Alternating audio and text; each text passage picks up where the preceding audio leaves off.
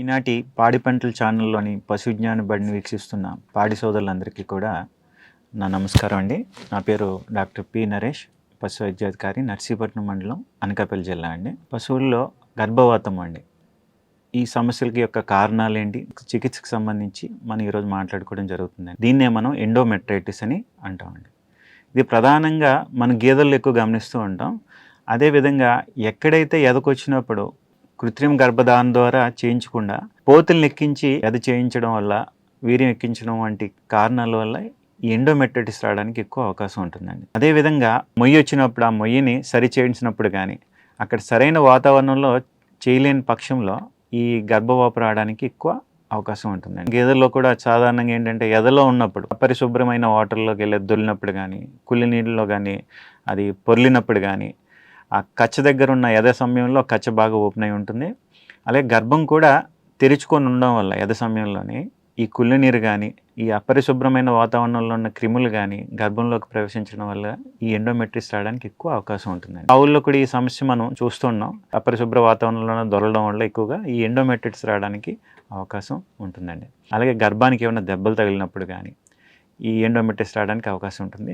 సాధారణంగా పశువుల్లో ఇది 20-25% వరకు కూడా గొడ్డుమొత్తలు రావడానికి ఎక్కువ అవకాశం ఉంటుందండి. 3 దశల్లో మనం చూసుకోగలిగితే సబ్ క్లినికల్ ఎండోమెట్రైటిస్ అంటామండి. అలాగే మొదటి దశ, రెండో దశ, మూడో దశ అని చెప్పి 4 దశల్లో ఎండోమెట్రైటిస్ అనేది పశువులకు రావడానికి ఎక్కువ అవకాశం ఉంది. దీంట్లో సబ్ క్లినికల్ ఎండోమెట్రైటిస్ అంటామండి. ఇది ఎక్కువగా పడ్డల్లో గమనిస్తూ ఉంటాం.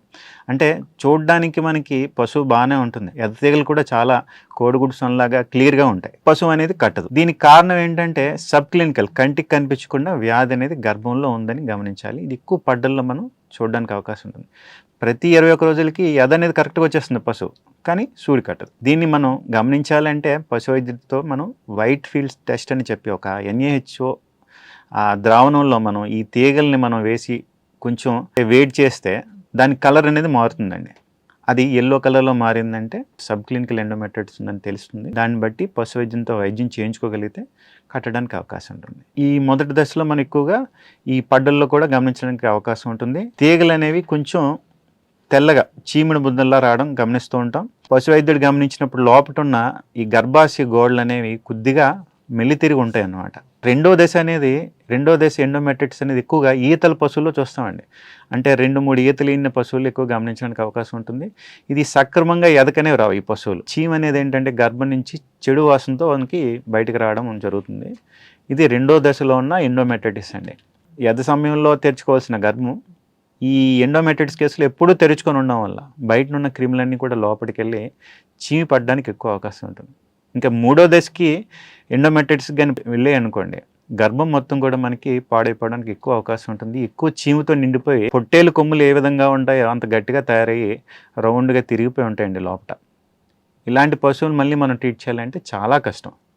కాబట్టి ఫస్ట్ దశలో ఉన్నప్పుడే పశువుల్ని మనం ఎండోమెట్రైటిస్ గమనించి చికిత్స అనేది చేయించుకోగలగాలి.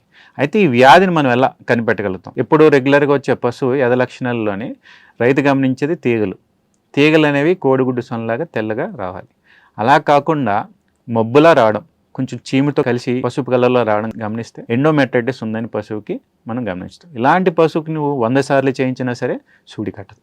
కాబట్టి మొదట దాన్ని జబ్బుని మనం క్లియర్ చేసుకొని ఎద టైంలో కోడిగుడ్డు సొనలాగా తీగలేస్తాయో ఆ పరిస్థితికి వచ్చిన తర్వాత మాత్రమే పశువు కట్టడానికి ఎక్కువ అవకాశం ఉంటుంది. ఒకసారి మన సబ్ క్లినికల్ ఎండోమెట్రైటిస్ మొదటి దశలో ఉన్న ఎండోమెట్రైటిస్ని మనం గమనించలేం. ఇది మనకి బయట లక్షణాల ద్వారా కనిపించదు, చీమ అది సరిగా కనిపించదు. అయినప్పటికీ కూడా పశువు తిరిగట్టుతూ ఉంటుంది. ఎల్లో కలర్ వచ్చిందంటే పాజిటివ్ ఎండోమెట్రైటిస్ ఉందని. ఆ కలర్ రాలేదనుకోండి, మనకి ఎండోమెట్రైటిస్ లేదని చెప్పి మనం గమనించవచ్చు. సబ్ క్లినికల్ ఎండోమెట్రైటిస్లో కానీ, అలాగే మొదటి దశలో ఉన్న ఎండోమెట్రైటిస్లో కానీ ఎద ఇంజెక్షన్ మనం చేయించుకోవచ్చు.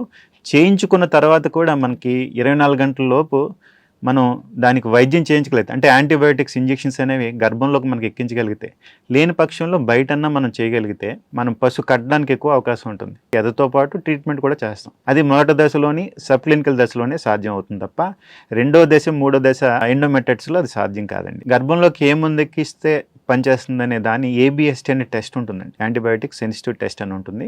ఈ టెస్ట్ చేయడం ద్వారా ఏ మందు దానికి సూటబుల్ అవుతుందో ఆ మందు ఆ పశువు యొక్క గర్భంలోకి ఎక్కించుకోగలిగితే గర్భవాపు అనేది తగ్గించుకోవడానికి మనకి ఎక్కువ అవకాశం ఉంటుంది. ముఖ్యంగా మనకి రెండో దశ, మూడో దశ ఎండోమెట్రైటిసే చాలా వరకు కూడా ప్రాబ్లం ఉంటుంది. వీటిని మనం కొద్దిగా తగ్గే వరకు కూడా ఓపికగా మనం వైద్యం అనేది చేయించుకోవాలి. చీముతో ఉన్న తీగలు ఏవైతే ఉన్నాయో పూర్తిగా తగ్గే వరకు కూడా వైద్యం చేయించుకొని తగ్గిన తర్వాత కూడా 2-3 ఎదలు వదిలేయాలండి.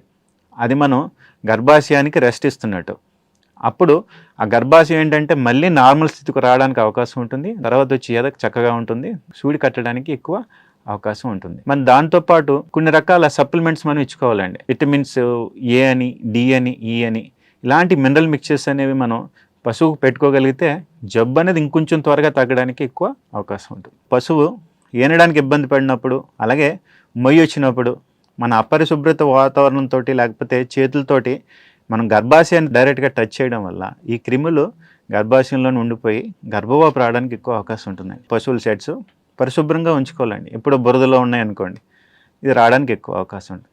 ఎదకొచ్చినప్పుడు పోతులను ఎక్కించడం వల్ల పోతుల ద్వారా కూడా ఈ ఎండోమెట్రైటిస్ రావడానికి ఎక్కువ అవకాశం ఉంది. గేదెల్లో ఎక్కువగా నీటిలో పొల్లే అలవాటు ఎక్కువగా ఉండడం వల్ల గేదెల్లోని ఈ ఎద సమయంలో ఈ కుళ్ళి నీటిలో కానీ అపరిశుభ్రమైన వాటర్లో కానీ పొర్లినప్పుడు ఈ నీరు అనేది కచ్చ ద్వారా గర్భం వరకు వెళ్ళి జబ్బు రావడానికి ఎక్కువ అవకాశం ఉంటుంది గేదెల్లోని. ఈ అపరిశుభ్రమైన నీటిలో మునగకుండా మనం కాపాడుకోగలిగితే ఈ జబ్బు రాకుండా మనం చేసుకోగలమండి. సరైన పోషణ ఇది కూడా చాలా ఇంపార్టెంట్ అండి. ఒకవేళ జబ్బు వచ్చినప్పుడు కూడా ఆ వ్యాధిని తట్టుకోగలగాలి అంటే సరైన పోషణ అనేది చాలా ఇంపార్టెంట్. అదేవిధంగా టీకాలండి.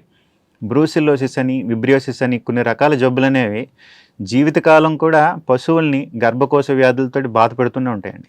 ఈ జబ్బులు రాకుండా మనం టీకాలు అనేవి వేయించుకోగలిగితే మనకి గర్భవాపు రాకుండా మనం నివారించుకోగలం. రైతులు అనేది ఆర్థికంగా చాలా ఇబ్బంది పడుతుందండి. డబ్బులతో పాటు టైం వేస్ట్ అవుతుంది, పాడి దిగుబడిపోతుంది, పాలు రావు, ఇది కట్టడానికి ఎక్కువ టైం పడుతుంది. ఎన్ని నెలలు అయితే తగ్గడానికి ఉందో అన్ని నెలల ఇన్కమ్ కూడా రైతుకి నష్టం కలగడానికి ఎక్కువ అవకాశం ఉంది. కాబట్టి పరిశుభ్రమైన వాతావరణం ఏర్పరచుకోగలిగితే ఈ ఎండోమెట్రైటిస్ నుంచి పాడి రైతులు పశువులను కాపాడగలిగిన అవుతారు. దాని ద్వారా కూడా పాడి అనేది అభివృద్ధి చెందడానికి, పశువులు సూడి కట్టడానికి ఎక్కువ అవకాశం ఉంటుందండి. కాబట్టి ఈ సూచనలన్నీ పాటించి రైతులు ఈ ఎండోమెట్రైటిస్ నుంచి పశువుల్ని కాపాడుతారని కోరుకుంటున్నానండి. నాకు ఈ అవకాశం ఇచ్చిన పాడి పంటల ఛానల్ వారికి నమస్కారం.